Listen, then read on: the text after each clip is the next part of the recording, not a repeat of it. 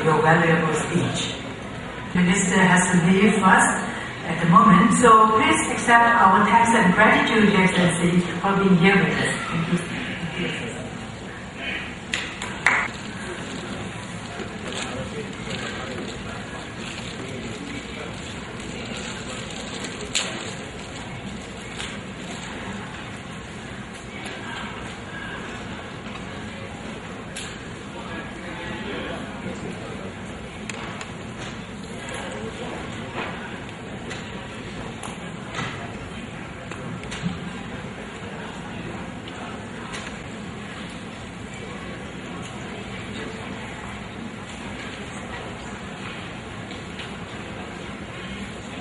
May I take this opportunity to invite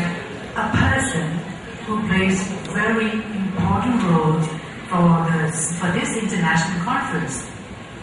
Please welcome His Excellency Mr. Mohsen, Ambassador of the Islamic Republic of Iran.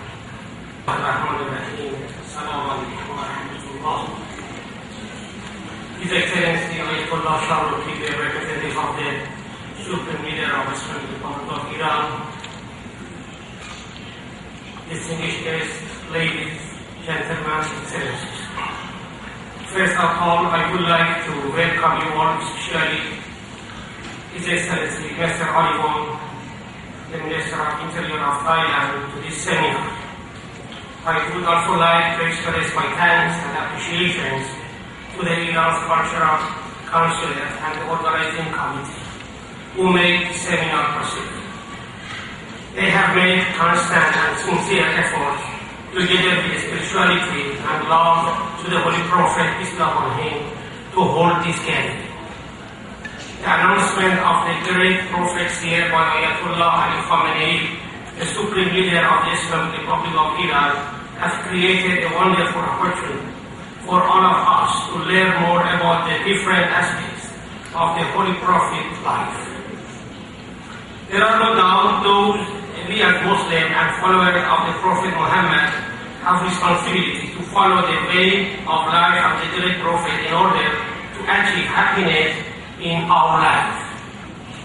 Today, according to my responsibility as the Iran's ambassador to Thailand, I would like to tell briefly about the Prophet's attitude towards foreign relations. It is because I believe that learning about the Prophet's way and studying the detail and heritage of those traditions will definitely be useful for the diplomats in Islamic countries, especially in Iran, while contacting other countries and nations. The Prophet's history shows that his major priorities in diplomacy were based on peaceful actions for solving problems with enemies, avoiding war, and also peaceful negotiations was preferred to armed fighting. The prophets and ambassadors and delegates who were selected from the most pious and qualified followers were assigned to do negotiations regarding peace and cessation of hostilities, exchange of war prisoners, and negotiations regarding creation of friendship and understanding, and signing cooperative agreements in different areas with the related parties. The Prophet's letters to the leaders of Iran, Rome, Ethiopia, and Egypt clearly shows such diplomatic relations. Also, the foreign delegates living in Islamic land were highly respected, and their messages were heard with politeness, and the Prophet, based on his personal habits, gives them some praise. The historians have confirmed that the delivery of over 100 letters by the Prophet to high-ranking and influential leaders in other countries and tribes, they have also confirmed that the Prophet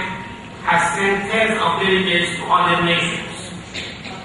Although at the beginning of the Prophet's mission, he sent delegates to other nations to introduce Islam and invite the influential people to know more about the newly born Islam. In later years and after the establishment of Islamic power, the main diplomacy of the Prophet focused on having relations with leaders of other countries based on mutual respect and peaceful behavior. In contacting other countries and nations, the Prophet's strategy and method was based on invitation to Islam while respecting the people's traditions, habits, and way of life in every region and in every nation. When the Prophet Muhammad decided to send delegates to other regions one day after the morning prayers, he told the delegates that whenever you face the people, advise them and remember that you share their good and bad behavior. In your mission, the Prophet added that when you come across people, you must be honest and act with sympathy, otherwise God will send you in paradise. Some historians consider S.A.W. as the first delegate of the Prophet Muhammad. S.A.W., who was one of the noble and sincere youngest, was sent to mission in Medina. Imam Ali ibn Abi Talib has also been named as the last ambassador of the Prophet Muhammad. After the Tabuk war and before the last visit of the Prophet to Mecca, Imam Ali was sent to Yemen in order to complete his judicial and political mission. The Holy Prophet always made every effort to select carefully his delegates and ambassadors so that they were perfect and much as possible. The Prophet's ambassadors were mostly intelligent, eloquent, good-looking, brave, and loyal to the Islamic values. As a result of the measure of the Prophet's delegates and after the capture of Mecca and the development of Islam, leaders and decision-makers of other tribes sent delegates to the Prophet to learn more about Islam religion and became familiar with the Prophet. Accordingly, the 9th year of Hijrah, as the result of the delegations being sent to Medina to visit Prophet, is called Amul Wufud, the year of delegations from other countries. The city of Medina was the host of such delegates every other day. These delegates were wearing local costumes to visit the Prophet personally and transfer the friendship of the tribes to him. The major instrument of the Prophet's foreign policy were skilled and loyal personnel who were sent to other nations as ambassadors and delegates. They all worked for the benefit of the Islamic system. Their duties include negotiations and bargaining with the targeted countries in order to guarantee the nation's interests. The countries and tribes were convinced that it is to their benefit to make friends with Muslims. The next responsibility of the Prophet's ambassador was informed and making contact with high-ranking people and the public opinion of countries in order to experience the Prophet's programs. Of course, and in adding to this message, the economic and military instruments were applied in due time. The Prophet's Islamic government had learned to have proper relations together with understanding and friendship with all nations and governments. The Holy Prophet not only considered the lack of relations with other states as inconsistent with the Islamic principles, but also considered such relations as an opportunity to introduce Islam to the world, sending cultural, spiritual, and divine messages to the faraway lands, while announcing that the Islamic State has no plan to dominate the world. The Prophet emphasized on the introduction of the religious values and loving others. The ambassadors and delegates of the Prophet therefore played a significant role to achieve the objectives of the Prophet's foreign policy. Ladies and gentlemen, due to the lack of time, I would like to summarize that the foreign policy of the Prophet stressed on maintenance of peace and international security, not invading other countries and trades, good neighborhoodness, development of cooperation with other governments based on complete equality and mutual benefit. The objectives of the foreign policy of the Prophet there, maintaining the independence of the Islamic State, brotherly commitment to all Muslims, coalition and unity of the Islamic nations, and supporting rights of the oppressed, banishment and avoiding agreement that led to foreign influence on natural resources, economy, culture, and military of Muslims, mutual peaceful relations with friendly government, sincerity and loyalty to the agreement signed. I hope that the study of the different aspects of the Prophet's diplomacy can assist the foreign policy makers in Islamic countries. Thank you very much for your kind attention. I pray to Almighty God for the success of this gathering, organized to know the way of life of the Prophet Muhammad. Peace be upon him. Thank you.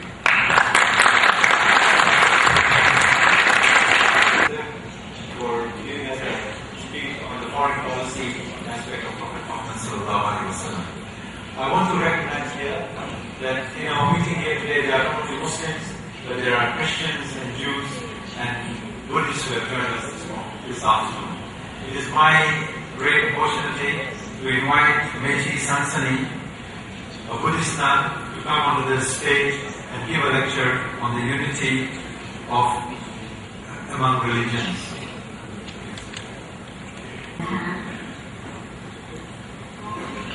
ข้าพเจ้ารู้สึกเป็นเกียรติอย่างมากในการที่ได้มีโอกาสมาอยู่กับท่านในฐานะที่เป็นพี่น้องของท่านเราจะขออนุญาตที่จะพูดภาษาไทยหวังว่าท่านจะอนุญาตนะคะข้าพเจ้าได้มีโอกาสที่จะได้เรียนรู้กับพี่น้องในโอกาสที่ได้เดินทางไปประเทศอิหร่านด้วยความรู้สึกประทับใจและด้วยความรู้สึกปลอดภัยรู้สึกอบอุ่นแล้วจากการเดินทางที่ได้เรียนรู้ในครั้งนั้นก็ทำให้ข้าพเจ้าได้มีโอกาสที่จะอยู่กับพวกท่านในประเทศของเราอย่างเข้าใจและด้วยความนับถือต่อท่านนับถือต่อคำสอนของท่านพระอัลเลาะห์ที่สอนให้พวกเราได้รู้ว่าพวกเราทุกคนเป็นพี่น้องกันและทุกครั้งที่พวกเราได้อยู่ร่วมกันความเป็นพี่เป็นน้องทำให้เราเกิดความอบอุ่นพระเจ้าได้เรียนรู้กับหลานๆหลายคนที่อยู่ในครอบครัวของท่านที่สอนให้พวกเรารู้ว่าคำสอนของพระศาสดาสอนให้มนุษย์ทุกคนเป็นมนุษย์ที่แท้สอนให้เรามองกันและกันอย่างเปิดใจกว้างระหว่างอคติเราเคารพในความแตกต่างแต่เพราะเราเข้าถึงคำสอนของพระศาสดาที่จะทำให้เรารู้ว่าไม่มีใครในโลกนี้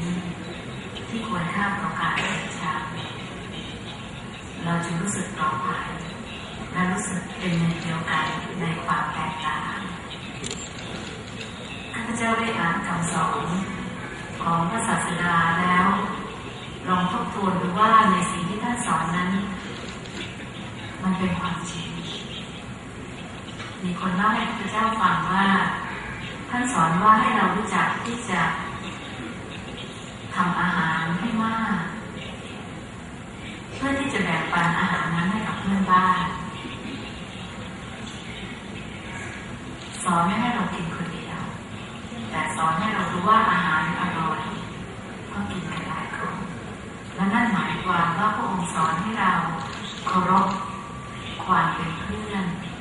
ความเป็นมิตรและนี่คือคำสอนในศาสนาของข้าพเจ้าด้วยที่สอนว่าเราควรจะต้องมองมนุษย์ทั้งสองเป็นพี่น้องกันและมีชีวิตอย่างตระหนักรู้ร่วมกันสุขทุกข์เป็นสากลไม่ว่าความโกรธอยู่ที่ใครคนนั้นก็ทุกข์และต้องร้อนเราจึงต้องนำคำสอนนั้นมาสู่การปฏิบัติที่จะรักษาใจของเราให้ยืดหยุ่น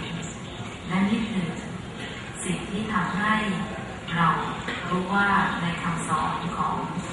พระศาสดาทุกศาสนานั้นมีข้อประสงค์ที่จะให้เรากลับสู่ความเยือกเย็นภายในข้าพเจ้าจะขอนำคำสอนของท่านอัลเลาะห์ที่ตรัสว่าโอ้มวลมนุษยชาติแท้จริงเราสร้างพวกเจ้ามาจากชายและหญิงและเราได้ทำให้พวกเจ้าแตกออกเป็นเผ่าพันธุ์และชนชาติต่างๆเพื่อที่พวกเจ้าจะได้ทำความรู้จักซึ่งกันและกันอย่างแท้จริงผู้ที่มีเกียรติที่สุดในหมู่พวกเจ้าณอัลเลาะห์นั่นคือผู้ที่ยำเกรงที่สุดพระเจ้าเชื่อว่าคำสอนนี้เราจะทำให้เกิดขึ้นในยุคสมัยแห่งเราก็ความเคารพในพระศาสดาและท่านศาสนาทูตมูฮัมหมัดได้ขอความสันติสุขถึงมีแก่ท่านและวงวานของท่านกล่าวว่าพวกเจ้าทุกคนมาจากอาดัมและอาดัมก็มาจากทุกข์ข้าพเจ้าคิดว่าสิ่งที่ปรากฏขึ้นจริงในสังคมของมนุษยชาติที่ทำให้พวกเราเข้าใจว่ามนุษย์ทั้งหมดเป็นพี่น้องกันแล้วเรามาจากครอบครัวเดียวกันมาจากตระกูลเดียวกันไม่ว่าเราจะมียูนิฟอร์มที่ต่างกันภาษาศาสนาที่ดูเหมือนเรามีความเชื่อที่มีวัฒนธรรมที่แตกต่างแต่ลมหายใจของเราเป็นลมหายใจเดียวกันเรามาจากธรรมชาติและเราก็ต้องคลิกกับธรรมชาติและนี่คือความรู้สึกของพวกคุณต่อท่านผู้ปวงที่อยู่ที่ตรงนี้ที่ทำให้ข้าพเจ้าได้รู้สึกอบอุ่นณที่นี้และต้องขอบคุณพระศาสดาที่สอนให้ข้าพเจ้ารู้จักถ่อมตนและอยากจะยืนยันว่าเรามีความสุขจริงๆที่ได้พบพี่น้องของเราธรรมสวัสดีค่ะ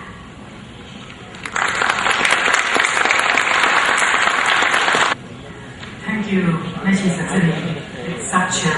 supportive and very touching speech that she delivered to us. May I call upon Hajjatul Islam Sayyid Muhammad Musawi,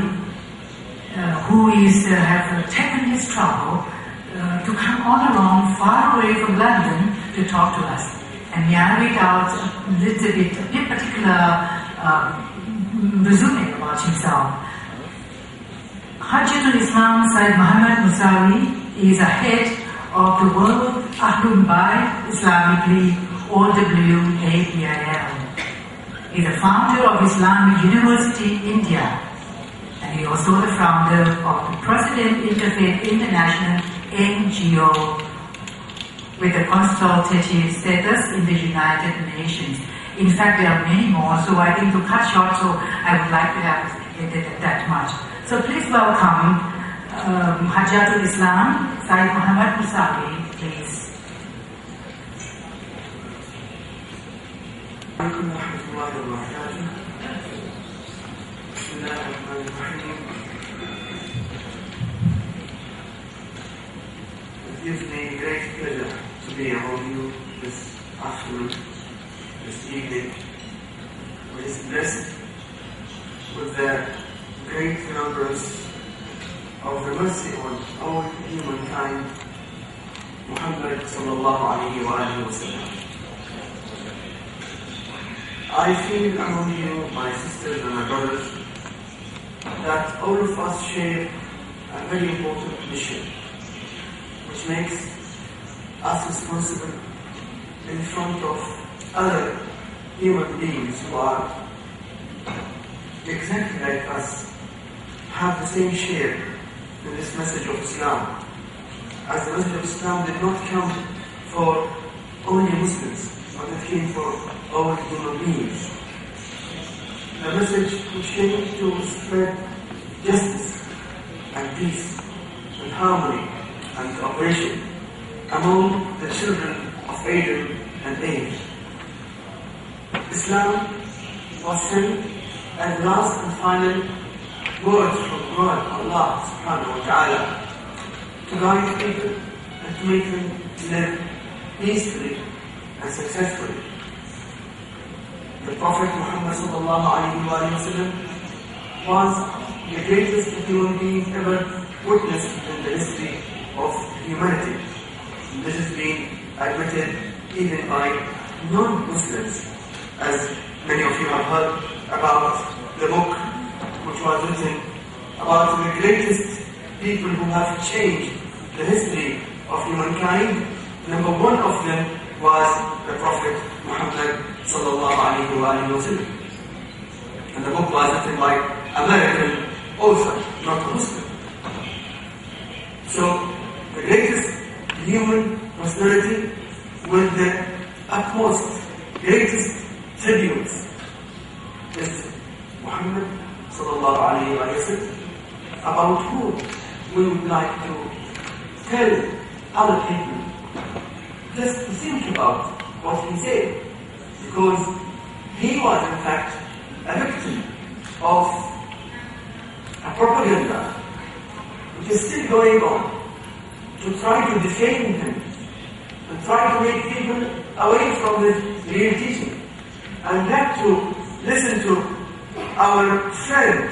from the Buddhist faith talking about the Quranic verses and the hadith of the Prophet. And I appreciate this, and I hope that every non-Muslim will be giving some effort to know about the teaching of Islam, that as our friend has appreciated, that will make human beings closer to one another. Our human family will not remain disputed and divided, because knowing the facts about the message from God will make us closer. And those who are trying to divide us and make people fight in the name of religion, in fact they use the false propaganda. So we need to convey the message. The world today, the 6 billion and over human beings living on this planet today, I can say confidently, and I'm very sure that majority of them are unaware of Muhammad and his teachings. They hear from the media and they hear wrong things. And as you know that some politically motivated statements come against the truth of Islam and try to show Islam as if it is a religion of terrorism or extremism and so on. On the contrary, when you read Quran and the teaching of the Prophet Muhammad sallallahu alayhi wa sallam and Ahlul Bayt alayhi salam, read Nahj al-Balagha and read other teaching of Ahlul Bayt alayhi salam, you will read that the utmost level of tolerance, respecting others, dealing with the differences, respecting the difference. Quran says, وَإِنَّ أَوْإِيَاكُمْ لَعَلَى هُدًى أَوْ فِي ضَلَالٍ مُبِينٍ. Quran tells the opponents that either me or you are either on the right or wrong ways. So let us negotiate. Dialogue. Quran never says that anyone who is against you, you should go and fight with them. No. Teaching of Islam is the most misunderstood teachings today. And it is our responsibility, brothers and sisters, to make the message reach. As my respected brother, his Excellency Ambassador, spoke about the Wufud. You know, Wufud in Islam has got great importance, that the Prophet did not deal with Islam as a matter of his own society. No, because Islam is the message for every human being. The Prophet sent messages to everyone, every corner. He did not stop any barrier. We need now to start our Wufud again. Every Muslim, from his own level, wherever he is, in Asia, Asia and Europe and America, everywhere, wherever in Africa, we have to restart this family food, the movement of telling others, conveying the message to others. It is enough that we have put Islam under our own walls, which is very wrong, which gave also a chance to the people who don't like the truth to spread rumors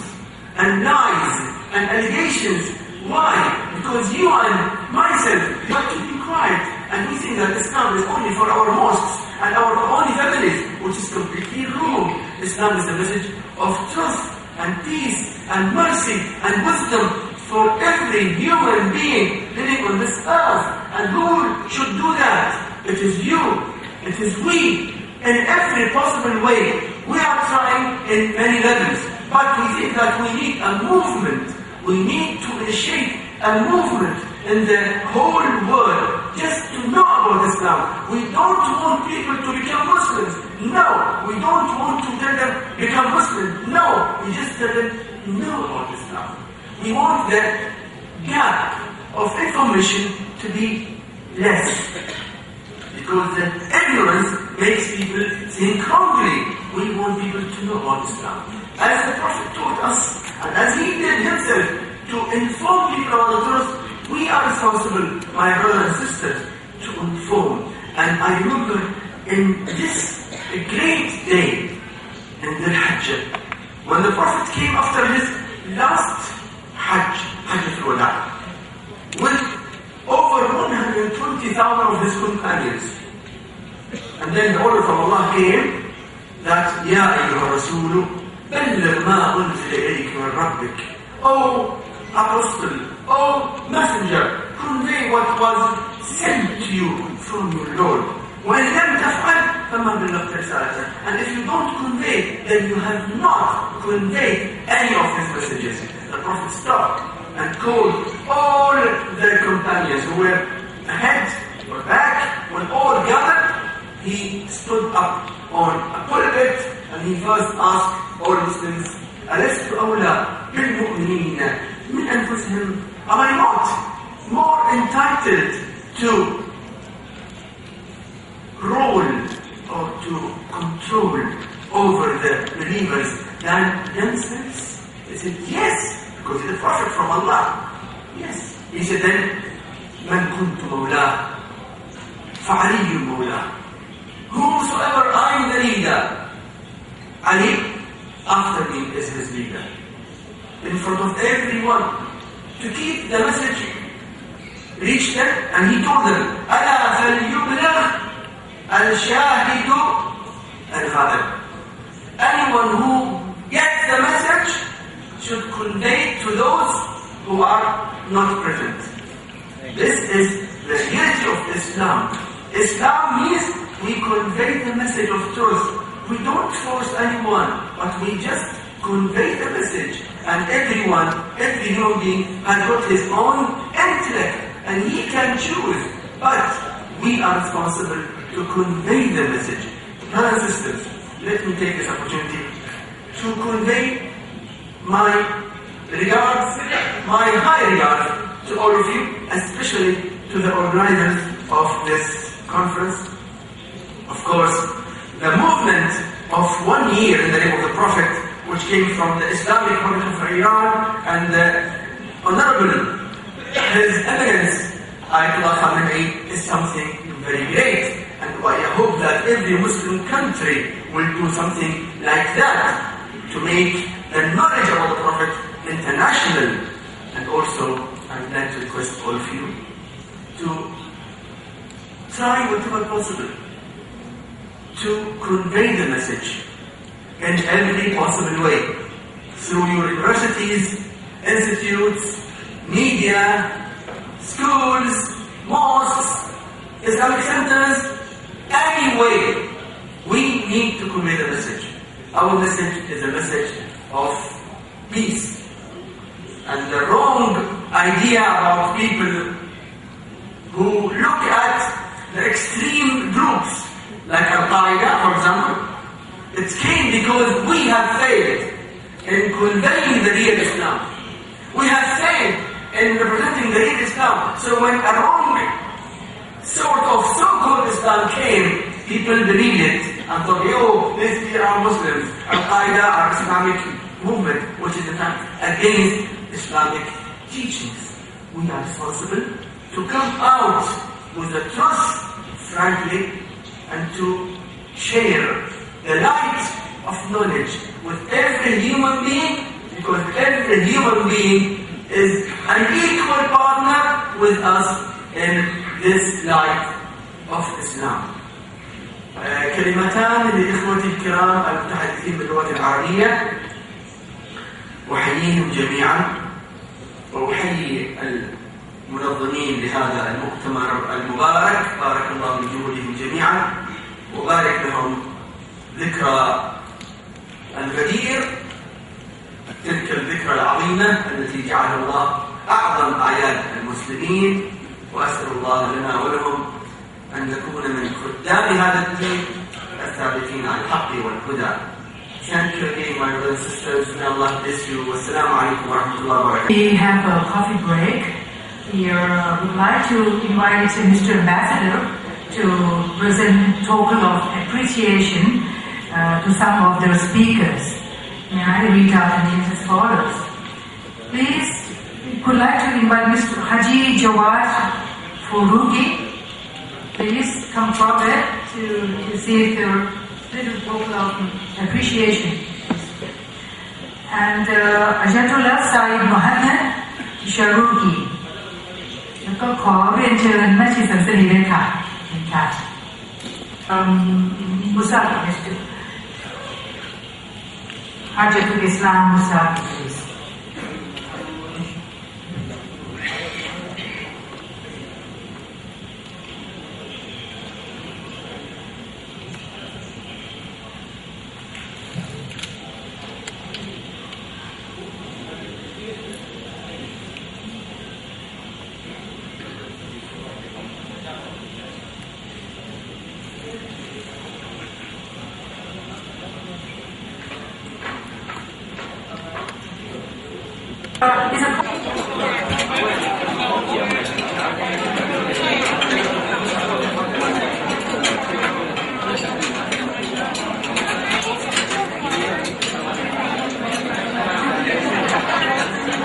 Three speakers: Sharif Abdul Halim Al-Asri, Dr. Imam Fawzan Lampute, and Dr. Muhammad Al-Tijani S.A.W. I request them to please come up onto the stage.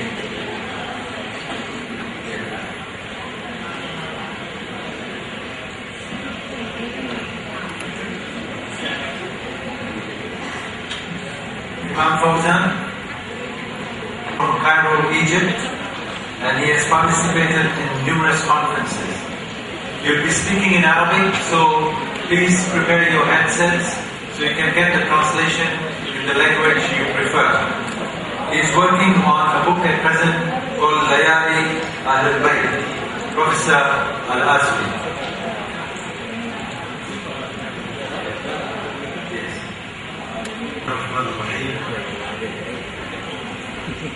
الحمد لله رب العالمين،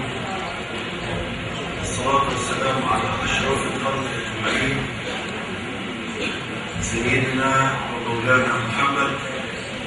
اللهم صل وسلم وبارك عليه وآله الطيبين الطاهرين، وارض اللهم عن أصحابه الهادين المهديين، أعطنا الخير وادفع عنا الشر ونجينا واشفنا يا رب العالمين. أما بعد، إخواني وأحبابي في الله ورسوله، أهم ما يميز دعوة الرسول الأعظم صلى الله عليه وآله أن الإنسان فيها مكرم دون الالتفات إلى عقيدته أو لونه أو جنسه. قال تعالى: ولقد كرمنا بني آدم وحملناهم في البر والبحر ورزقناهم من الطيبات وفضلناهم على كثير ممن خلقنا تفضيلا. لذلك حينما تمر جنازة على رسول الله صلى الله عليه وآله يقف لها فيقولون يا رسول الله إنها جنازة يهودي، فيقول صلى الله عليه وآله أليست نفس بشرية مكرمة دون النظر إلى دينها، مكرمة في حياتها، مكرمة بعد مماتها. فالبشر المنتشرون في العالم في نظر الإسلام أسرة واحدة انبثقت من أصل واحد لا مكان بينهم لتفاضل في أصل الخلقة وابتداء الحياة، وأنهم أهل لكل ما كفل الله للإنسان من كرامة. وجعل الإسلام اختلاف اللغة واللون كاختلاف ألوان الورود في البستان أو اختلاف الأزيان التي يرتديها الإنسان، بل هي دليل على إبداع الخالق. قال تعالى في القرآن: ومن آياته خلق السماوات والأرض واختلاف ألسنتكم وألوانكم إن في ذلك لآيات للعالمين. وجعل ذلك مسار تعارف لا تناقض وائتلاف لا اختلاف. قال تعالى: يا أيها الناس إنا خلقناكم من ذكر وأنثى، يعني آدم وحواء، وجعلناكم شعوبا وقبائل لتعارفوا إن أكرمكم عند الله أتقاكم. كان صلى الله عليه وآله يأخذ الزكاة من الأغنياء ويعطيها للفقراء،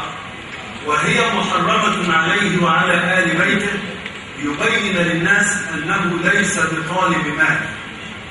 كان صلى الله عليه وآله يرسل الرسائل إلى الملوك والزعماء، عدها العلماء أكثر من 300 رسالة أرسلها، كان يقول فيها للناس جميعا وللملوك والحكام والرؤساء: أسلم تسلم ويبقى لك ملك. فإذا كنت رئيسا أو قائدا أو مسؤولا أو حاكما وأسلمت تظل حاكما في الإسلام.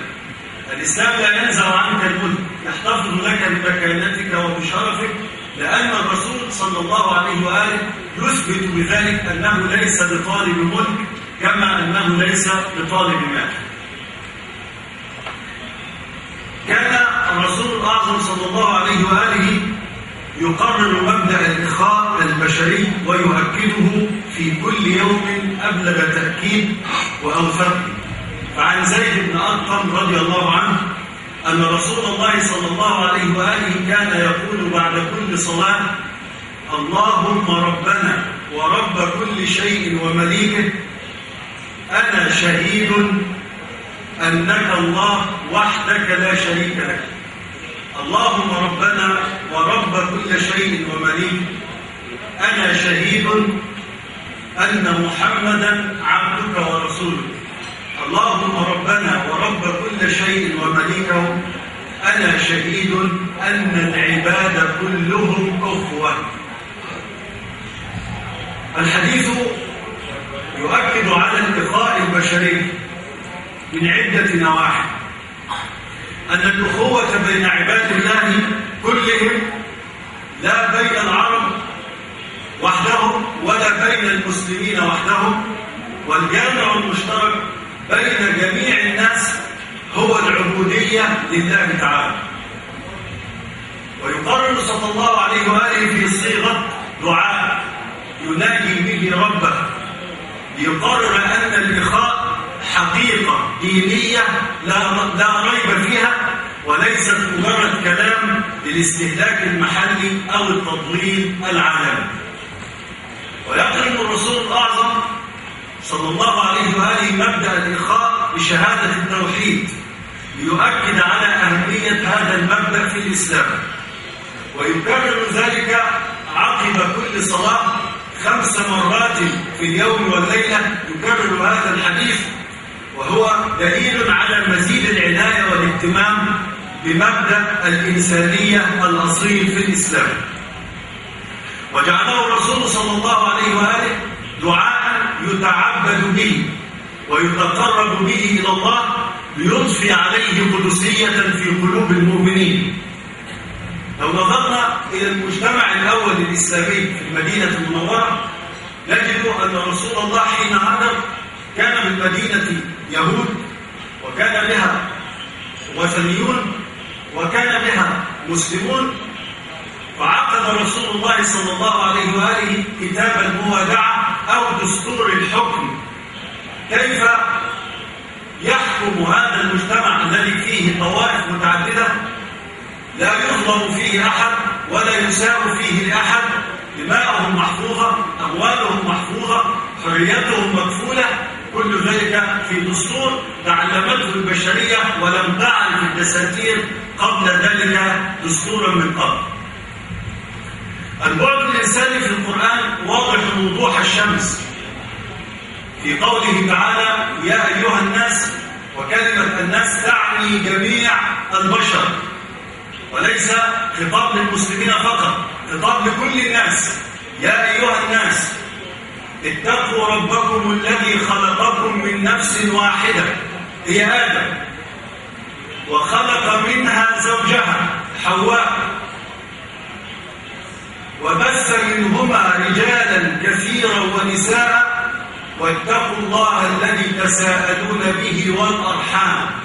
إن الله كان عليكم رقيبا. الأرحام هنا هي الرحم الإنسانية بيننا وبين جميع البشر، رحم مكفولة أمرنا بها الإسلام أن نتواصل ونتراحم، لأن الأب آدم واحد والأم حواء واحدة.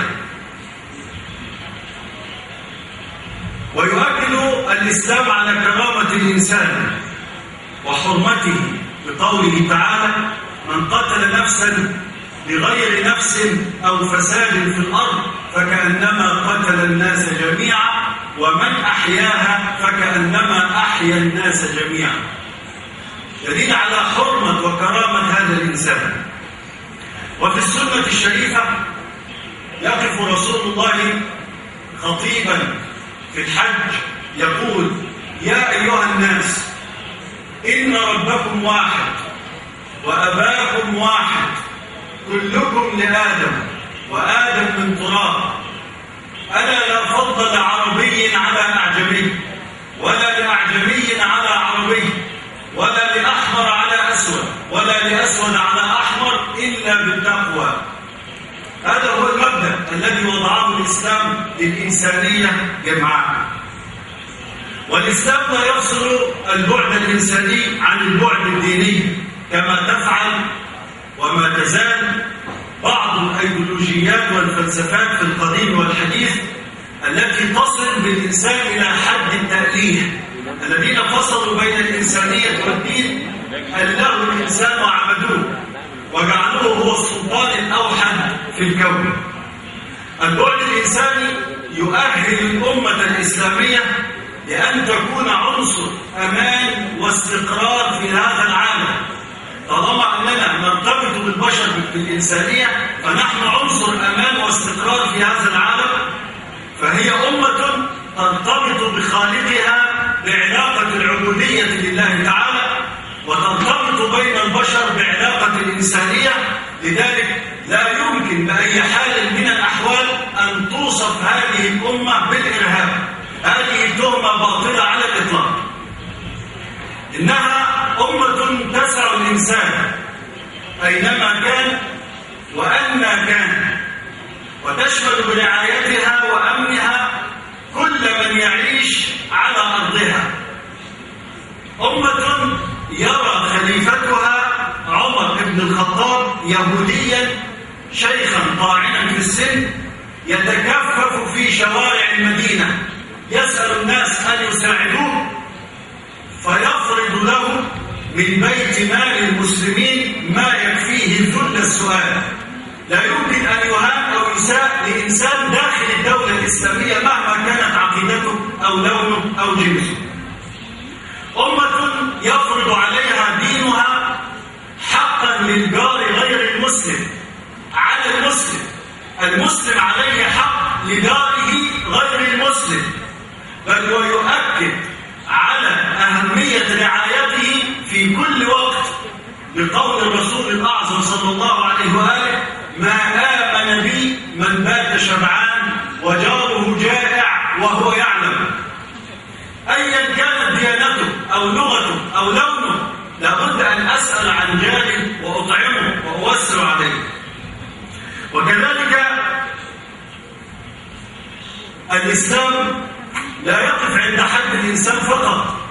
كيف يسيء مسلم لإنسان ودينه يؤكد أن الذي يسيء للحيوان يدخل النار ويعذب؟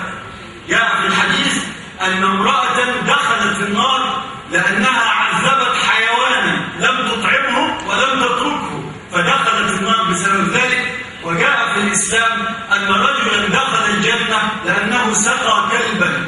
كيف تكون هذه الرحمة بالحيوان ولا يرحم المسلم الإنسان؟ إن الإنسانية مبدأ أصيل في حياة كل مسلم، لذلك لا يمكن أن يوصف بأنه عدو أو شرير أو إرهابي، ومن يفعل ذلك فلا يعرف شيئا عن الإسلام. لا نرى عجبا أن يكفل الإسلام حرية العقيدة. كل إنسان حر في عقيدته. الإسلام لا يكره أحدا على اعتناقه. قال تعالى في القرآن: لا إكراه في الدين. الإسلام دين فطرة، لا يحتاج أن يجبر أحدا على الدخول فيه. من كانت فطرته سوية يجد الراحة والاطمئنان في الإسلام فيدخل فيه طواعية بلا إجبار ولا إكراه. وهنا تسقط التهمة أن الإسلام انتشر بالسيف. الإسلام لم ينتشر بالسيف، وإنما لا يكره أحدا على اعتناقه، لا إكراه في الدين. وقل الحق من ربكم فمن شاء فليؤمن ومن شاء فليكفر. نحن لا نجبر أحدا على اعتناق الإسلام، هو اختيار تطوعي من الإنسان بإرادته. دخل المسلمون مصر، وأنا من مصر، دخلوا مصر، كانت الأكثرية ليست مسلمة والقلة هي المسلمة. كانت مصر محتلة من الرومان، وكان الرومان يظلمون المصريين، فدخل المسلمون وحرروها من الرومان، ثم ظلوا أقلية حوالي 300 سنة. الأقلية مسلمة والأكثرية ليست مسلمة. بعد 300 سنة أصبحت الأكثرية مسلمة والأقلية غير مسلمة. الآن 95% من المصريين من المسلمين. لم يجبر أحد على الدخول في الإسلام، إنما هو دخول تطوعي ليس فيه إكراه، وعلاقتنا بغير المسلمين جيدة وعلى أحسن حال. يكفل الإسلام الحرية الفكرية. ترك الإسلام المجال فسيحا أمام الفكر الإنساني في هذا الكون ليستخلص منه كل ما يعود عليه بالنفع العظيم في حياته ورقيه وتطوره. وأتاح أن يعمل في النصوص القرآنية والنبوية ويستنبط منها أحكام الدين. ويمتاز الإسلام لأنه هو الدين الوحيد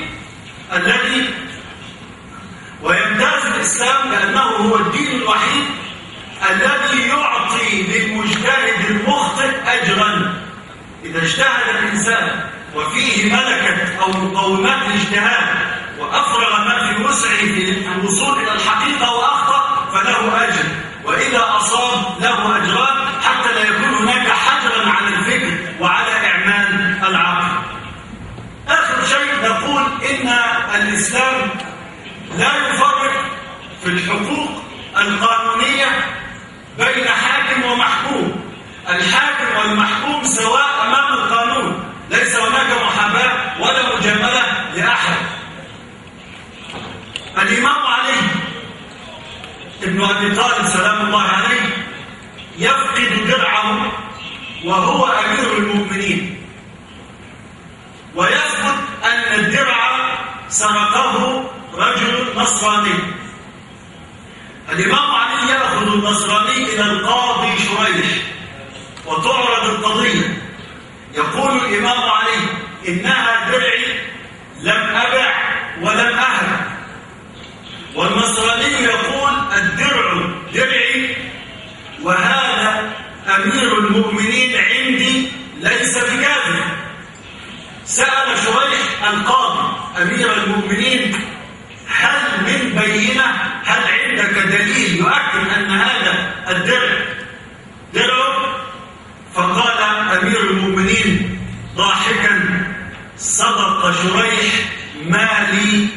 البينة فقضى بالدرع للنصراني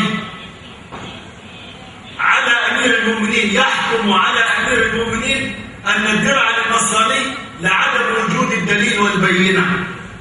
أخذها النصراني ومشى وأمير المؤمنين ينظر إليه، ثم دعا النصراني. عاد النصراني يقول: أما أنا فأشهد أن هذه أحكام أنبياء، أمير المؤمنين يدينني إلى قاضيه فيقضي عليه، أشهد أن لا إله إلا الله وأشهد أن محمدا رسول الله.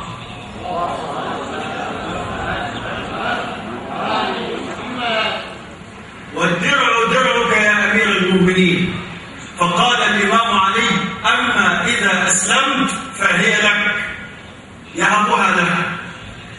هذا هو الإسلام في صورته السمحة، لا يظلم أحد ولا يساء فيه لأحد. مبدأ الإنسانية واضح في هذه الرسالة. ختاما أشكر الشعب التايلاندي مسلمين وغير مسلمين على كرم الضيافة وحسن الاستقبال، وأشكر المركز الثقافي الإيراني على هذا المؤتمر العظيم، سائلا لله تبارك وتعالى أن يحفظ لهذه البلاد ملكها وحكومتها وشعبها من كل سوء، وحفظكم الله ورعاكم وسدد بالخير خطاكم، والسلام عليكم ورحمة الله وبركاته. We have a young, well-known, knowledgeable Imam from Tulsa Masjid. He is an accredited special lecturer on Islamic teaching at S.A.W. Palace. Please welcome Danto Imam Patana Fawzan Lakute. Please.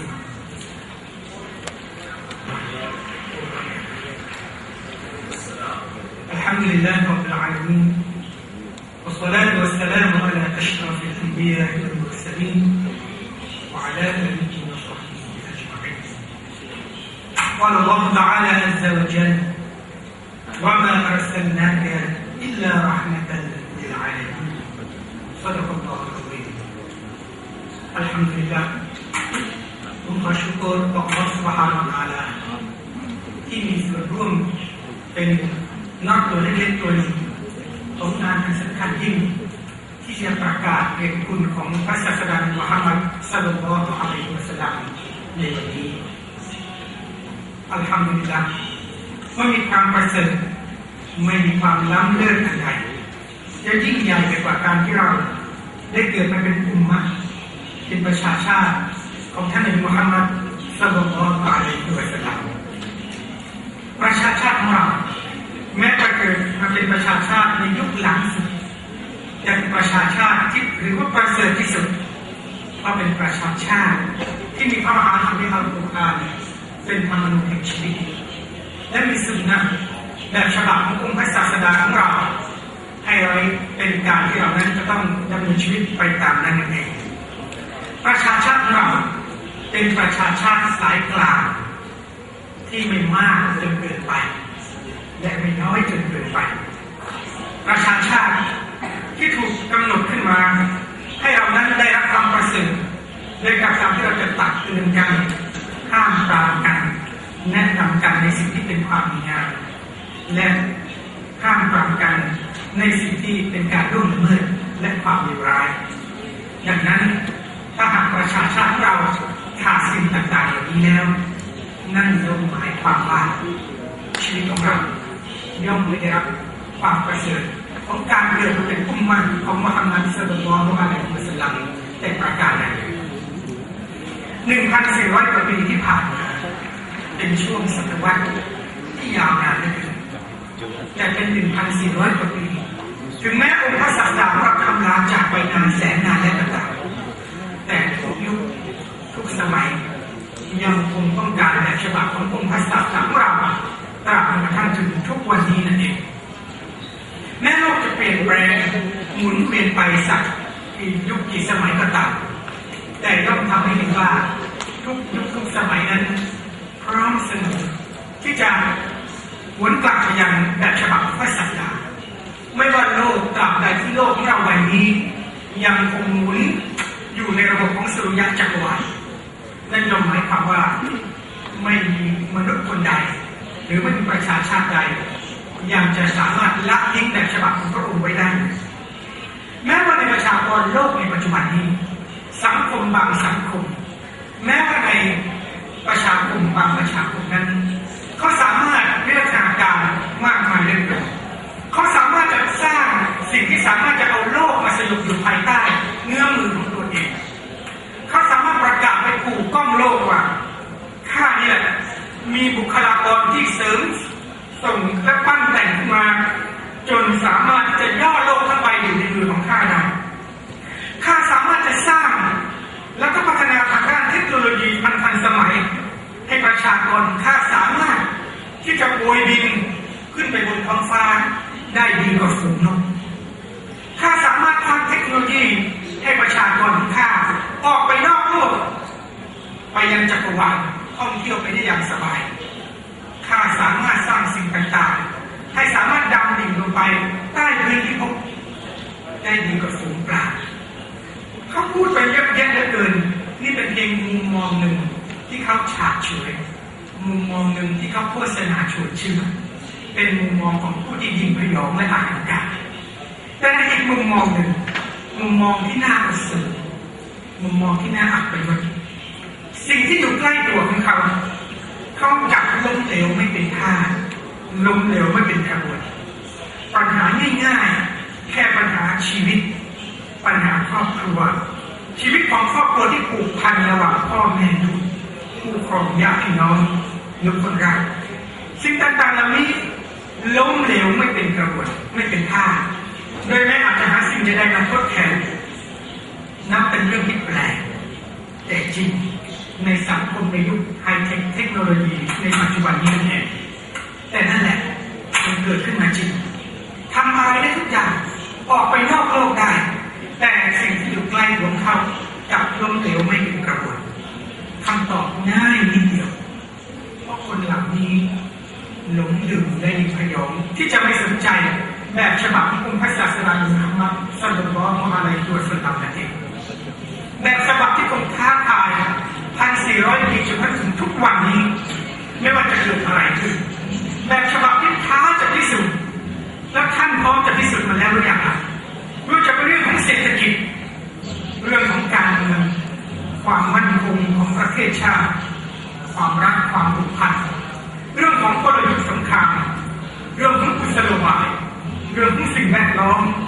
เรื่องของครอบครัวการสร้างงานการเอื้อเฟื้อเผื่อแผ่การแบ่งปันการศึกษาเรื่องของการแสวงหาความก้าวหน้าความมั่นคงในชีวิตเรื่องของเศรษฐกิจที่พอเพียงทุกเรื่องทุกปัญหาทุกแง่มุมของชีวิตล้วนกำลังรอท่านวนกลับไปศึกษานำไปประยุกต์ใช้ในชีวิตของท่านทั้งสิ้นขอยกตัวอย่างง่ายๆแง่คิดของการที่เราจะเห็นใครสักคนหนึ่งเอามาเป็นผู้นำหรือที่เราจะเอามาเป็นผู้นำหรือมาเป็นฮีโร่ในดวงใจของเราพระอัลลอฮฺ ศ็อลลัลลอฮุอะลัยฮิวะซัลลัมได้กล่าวว่าเป็นแนวทางกว้างๆเป็นพระวจนะที่สั้นแต่ลึกซึ้งกินใจนะครับเป็นวจนะที่จะบ่งบอกถึงการจะสร้างผู้นำสักคนหนึ่งขึ้นมาว่าค่อยรู้ตุนค่อยรู้ตุนอะไรว่าอนาคตรู้ตุนอะไรสั้นแต่กินใจไม่ว่าโลกจะผ่านไปถึงแค่ไหนแต่เราใช้ได้ทั้งหมดกันบุคคลที่ดีที่สุดบุคคลที่ประเสริฐที่สุดที่ท่านจะเอาเป็นแบบอย่างในชีวิตของท่านในเป็นฮีโร่ในดวงใจของท่านที่ท่านจะเลือกเขาคนคนนั้นคือคนที่ทำหน้าที่ของเขาในครอบครัวดีที่สุดนั่นเองไม่ใช่คนนั้นเป็นรัฐมนตรีไม่ใช่คนนั้นเป็นผู้นำไม่ใช่คนนั้นได้รับความสำเร็จทางอาชีพหน้าที่การงานแต่คนคนนั้นได้ทำหน้าที่เขาในครอบครัวเขาดีที่สุดนั่นเองหรืออีกนัยยะหนึ่งในหมายความว่าถ้าเขาอยู่ในฐานะของคนเป็นลูกเขาทำหน้าที่ของลูกต่อบุพการีต่อบิดามารดาผู้ประเสริฐเกล้าอย่างครบถ้วนสมบูรณ์ที่สุดถ้าเขาอยู่ในฐานะของคนที่เป็นหัวหน้าครอบครัวเขาดูแลเลี้ยงดูครอบครัวเขาอย่าง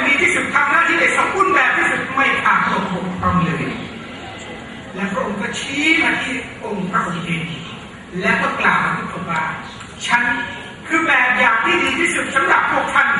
เพราะฉันได้ทำหน้าที่ของฉันครบถ้วนสมบูรณ์แบบที่สุดต่อครอบครัวของฉันนั่นเองพระวจนะที่สั้นแต่ลึกซึ้งกินใจเป็นปรัชญาชีวิตเป็นจิตวิทยาในการดำเนินชีวิตชีวิตมันจะเป็นไปได้อย่างไร